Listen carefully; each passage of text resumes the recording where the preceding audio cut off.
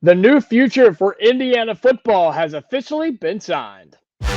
You are Locked On Hoosiers, your daily podcast on the Indiana Hoosiers. Part of the Locked On Podcast Network, your team every day.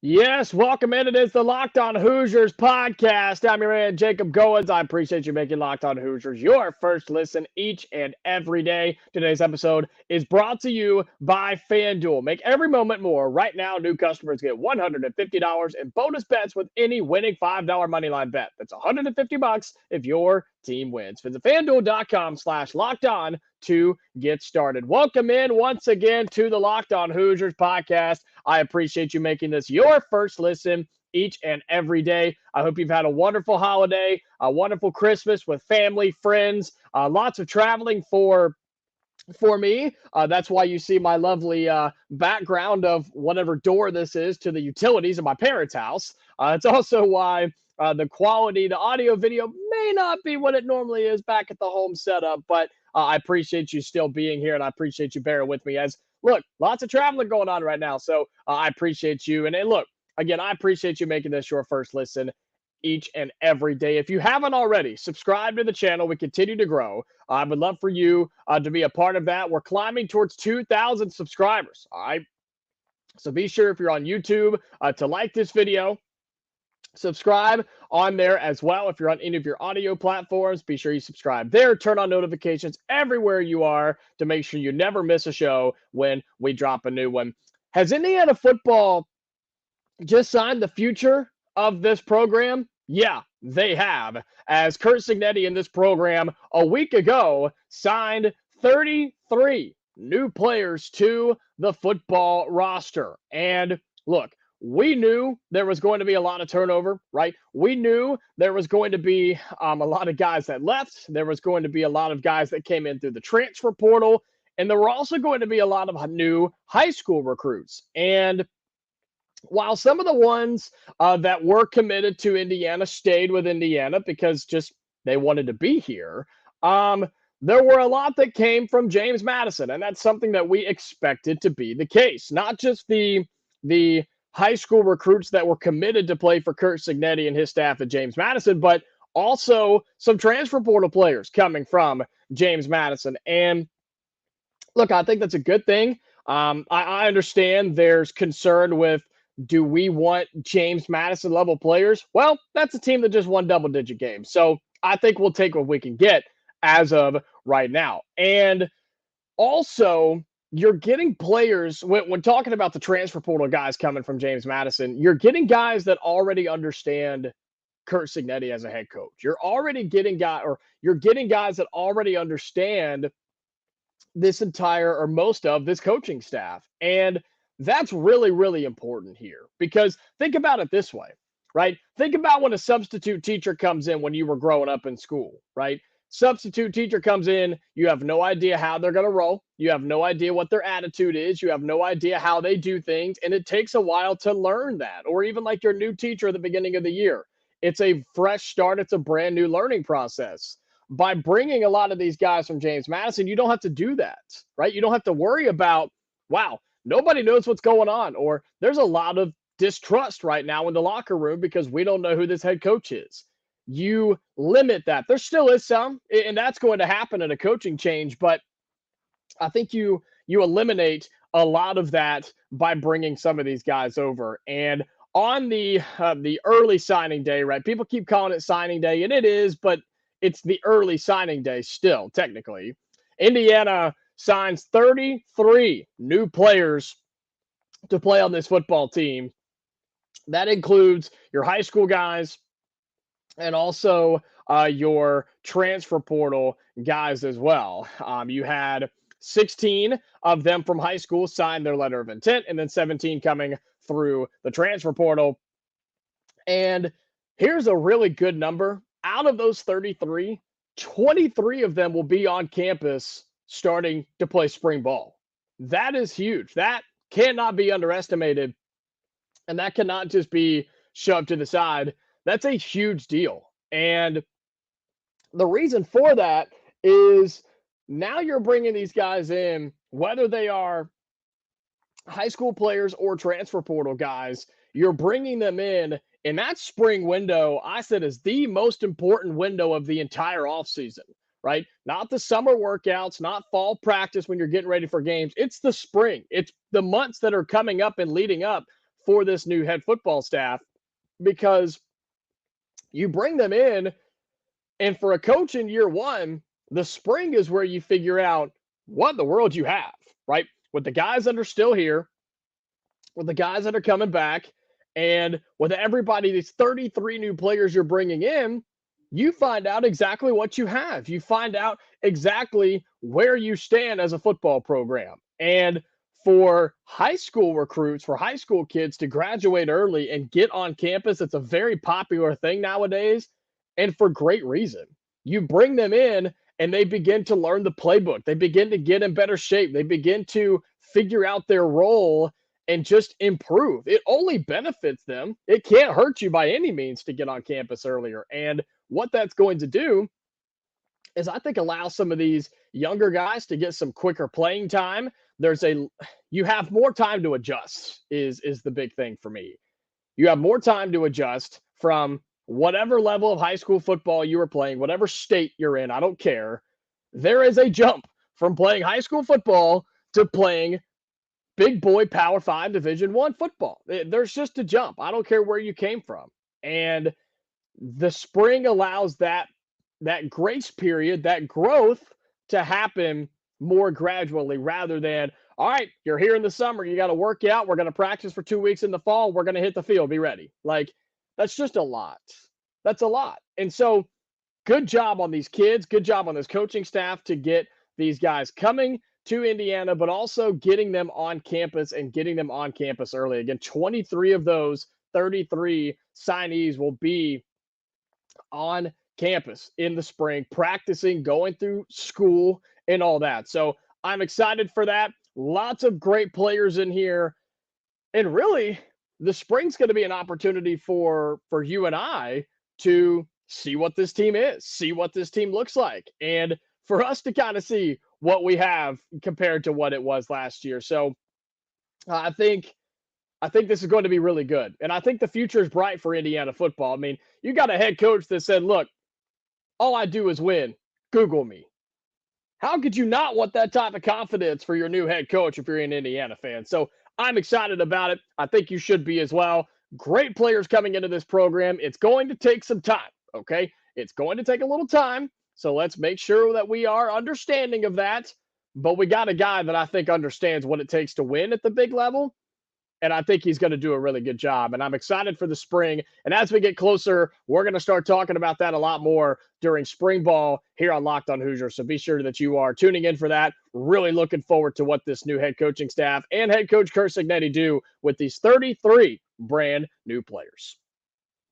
Well, coming up here on the show, we will talk about the latest bracketology when it comes to men's college basketball, as we are right here at the end of December, getting into the month of January, and more importantly, getting into the conference schedule for all major college basketball. So we're going to talk about that coming up on Locked On Hoosiers in just a second. And again, just really, really looking forward to that.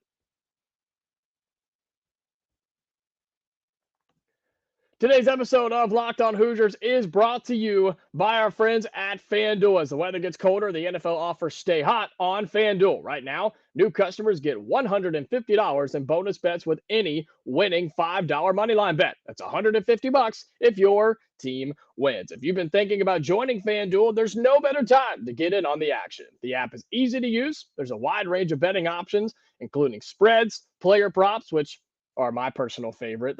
Those are always just the most fun, right? You pick a player, find their prop, whether it be a running back and his carries or his yards, or you find a quarterback and his passing yards, or even in basketball with their three-pointers made. I do that a lot too. You can do that on FanDuel, including over-unders and more. So visit FanDuel.com/lockedon and kick off the NFL season. That's FanDuel.com/lockedon to kick off the NFL season. FanDuel, official partner of the NFL.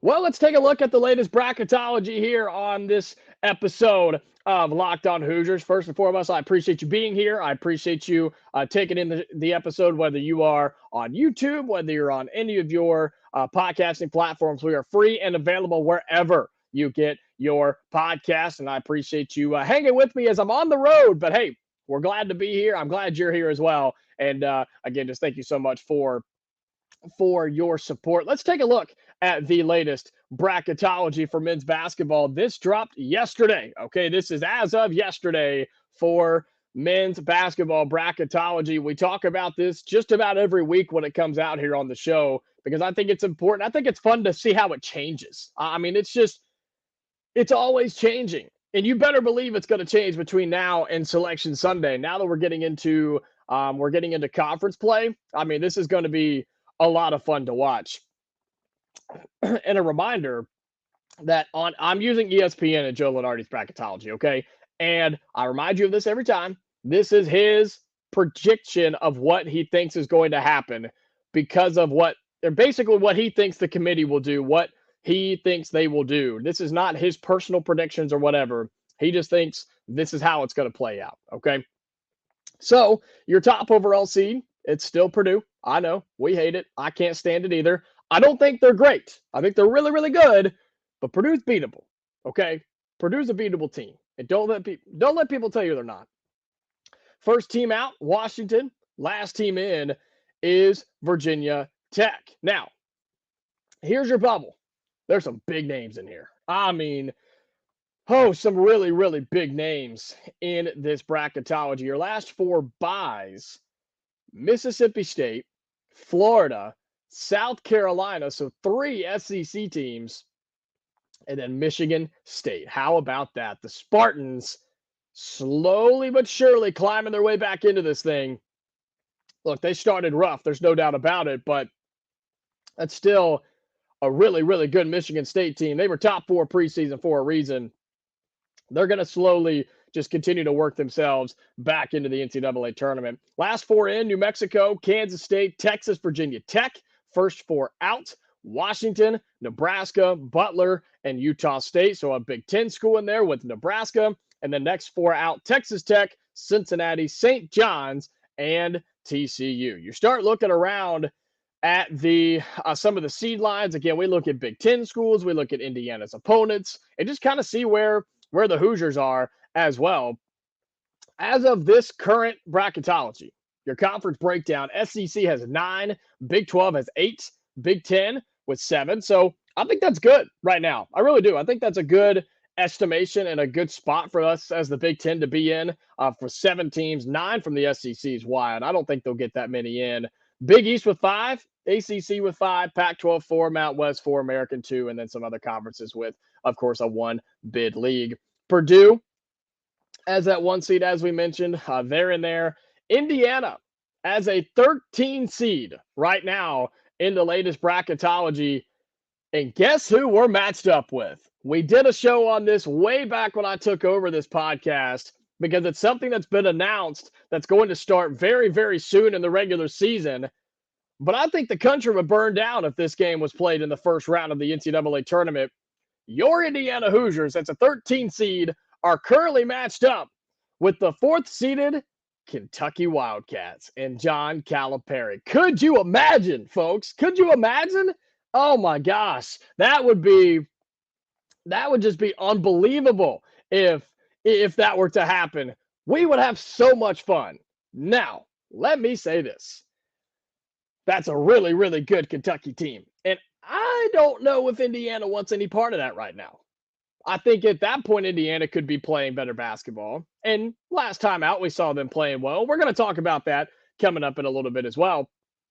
But, man, Kentucky's playing good. And I'm good friends with Lance Stahl, host of the Locked On Kentucky podcast. And, man, he's having fun, and they're having fun, and they're really excited about that team. But we can all agree, I think, that the potential for us is there.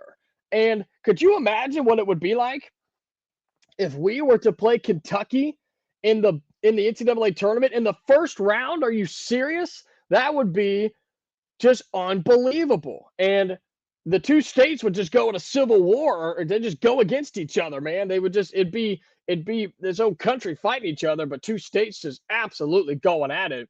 How fun would that be? I mean, that would be really, really cool. Here's what I'll say about Indiana being a 13 seed. I think that's going to grow.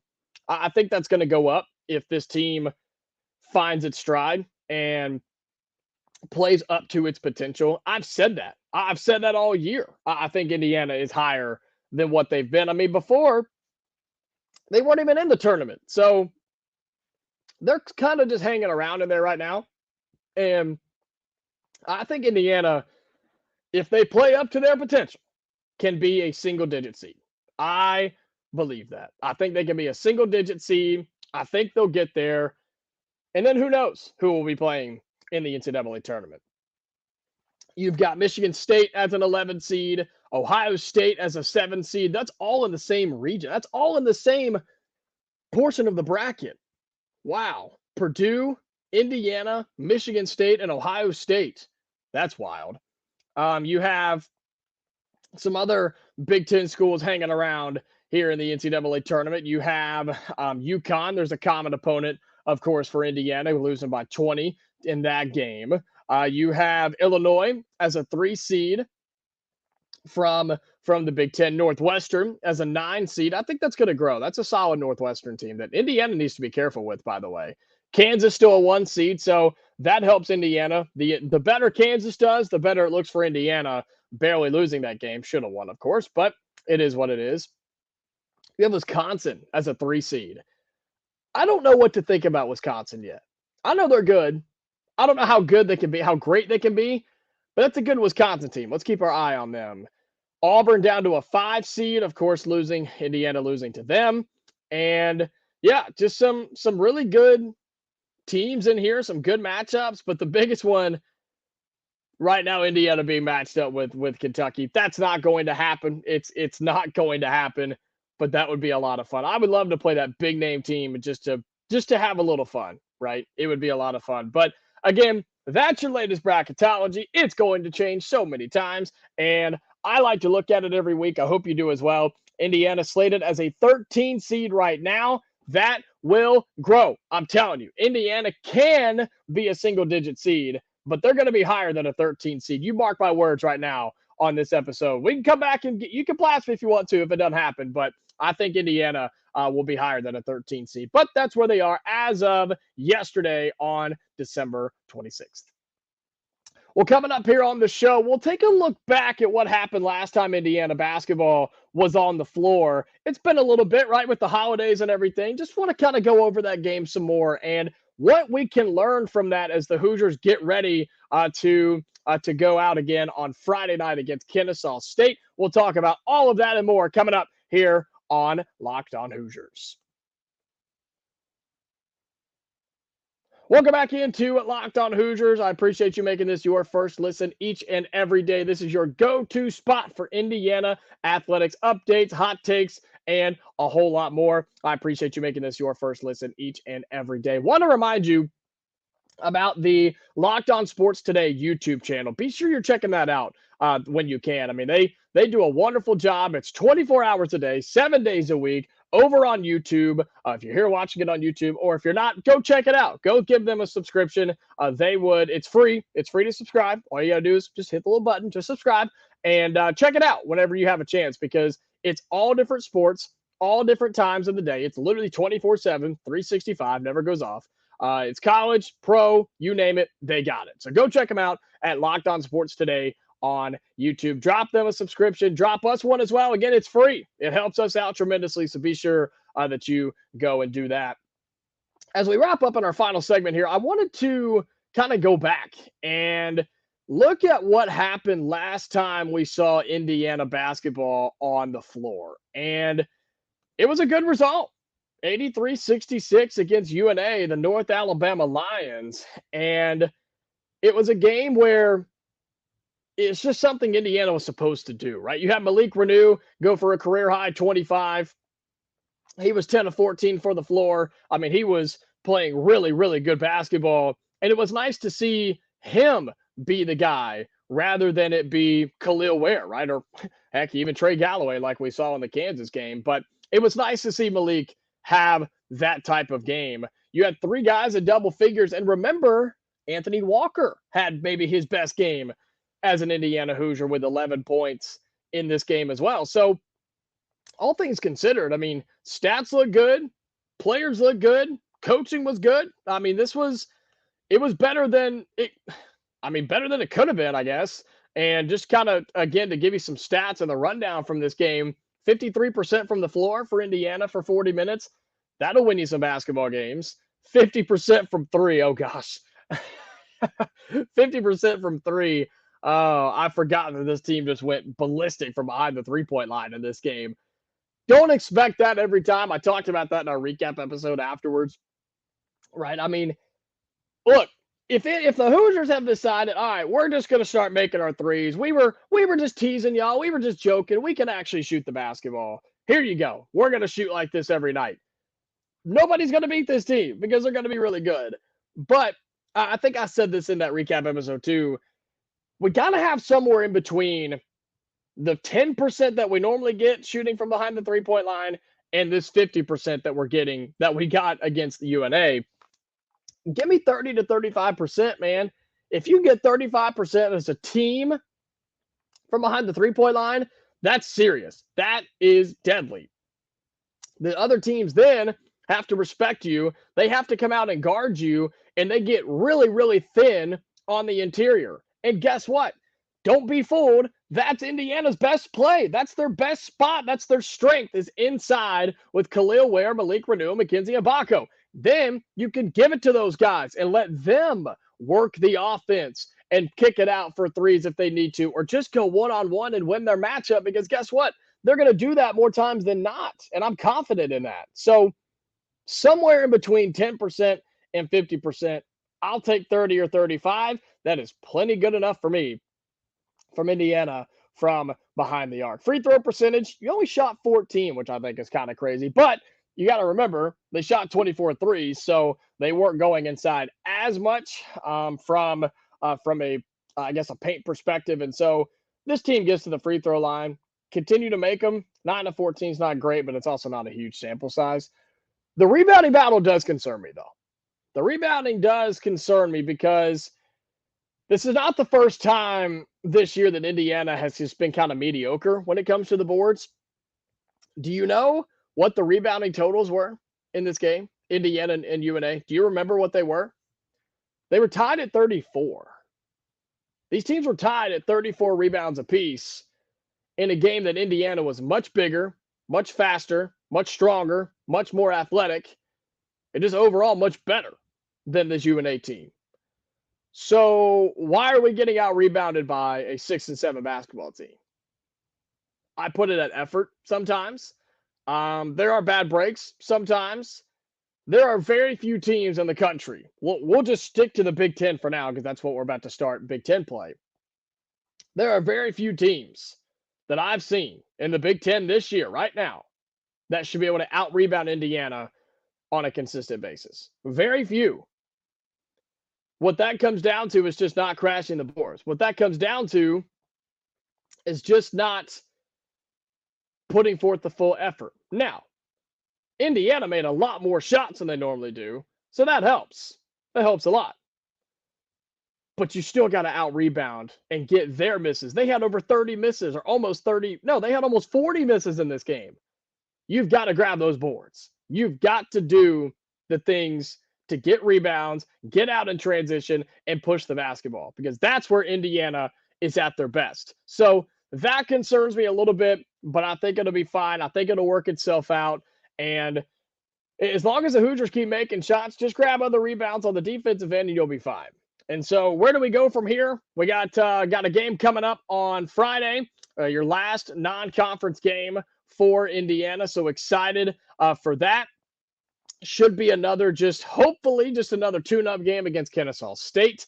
Then Nebraska on the road to open up Big Ten play the following Wednesday night on the 3rd. Late Wednesday night too, by the way. Then you come back for Ohio State, on the road at Rutgers, and then home for Minnesota. So That's what's coming up. That's what you can expect for Indiana. I'm excited for conference play to start. I hope you are as well. Thank you so much for making Locked On Hoosiers your first listen each and every day. Be sure you stay where you are, up to date, whether you're on audio platforms or free and available wherever you get your podcasts, or if you're on the YouTube video version, be sure you like the video, drop a free subscribe. It helps us out tremendously, and I do appreciate you. Hope you had a wonderful holiday, Christmas, and everything else with your family. Stick with me. We'll be traveling a few more days. We'll be back at the start of the year, but videos and episodes are dropping every day, so be sure that you are staying up to date with us here at Locked On Hoosiers. But as always, Hoosier fans, stay safe, and I will talk to you later.